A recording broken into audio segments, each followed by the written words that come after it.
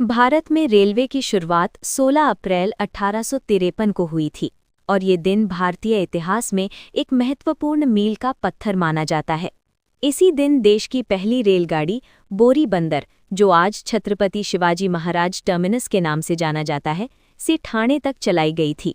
ये दूरी लगभग 34 किलोमीटर थी, जिसे ट्रेन ने करीब 57 मिनट में पूरा किया। इस ऐतिहासिक यात्रा में कुल 14 डिब्बे थे और लगभग 400 यात्रियों ने इसमें सफ़र किया था। इस पहली ट्रेन को चलाने का श्रेय ग्रेट इंडियन पेनिनसुला रेलवे को जाता है, जो उस समय भारत में रेलवे निर्माण और संचालन का कार्य कर रही एक ब्रिटिश कंपनी थी। ट्रेन को खींचने के लिए 3 भाप इंजनों साहिब, सुल्तान और सिंध का उपयोग किया गया था।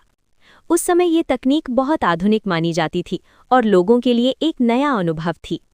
भारत में रेलवे की शुरुआत का मुख्य उद्देश्य व्यापार और प्रशासन को सुगम बनाना था। अंग्रेज़ों के लिए ये एक महत्वपूर्ण साधन था, जिससे वे कच्चे माल को बंदरगाहों तक जल्दी पहुंचा सकते थे और तैयार माल को देश के विभिन्न हिस्सों में भेज सकते थे। इसके अलावा सैनिकों की आवाजाही भी रेलवे के माध्यम से आसान हो गई थी। रेलवे के आगमन ने भारत के सामाजिक और आर्थिक जीवन में बड़ा बदलाव लाया।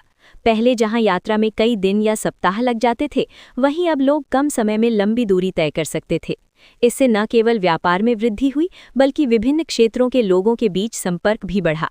धीरे धीरे रेलवे नेटवर्क का विस्तार पूरे देश में होने लगा और ये आम जनता के लिए भी सुलभ हो गया। आज भारतीय रेलवे दुनिया के सबसे बड़े रेलवे नेटवर्कों में से एक है। ये प्रतिदिन लाखों यात्रियों को उनके गंतव्य तक पहुंचाने का कार्य करता है और देश की अर्थव्यवस्था में महत्वपूर्ण योगदान देता है। आधुनिक समय में रेलवे में कई सुधार हुए हैं, जैसे तेज गति वाली ट्रेनें, बेहतर सुविधाएं और डिजिटल टिकटिंग प्रणाली।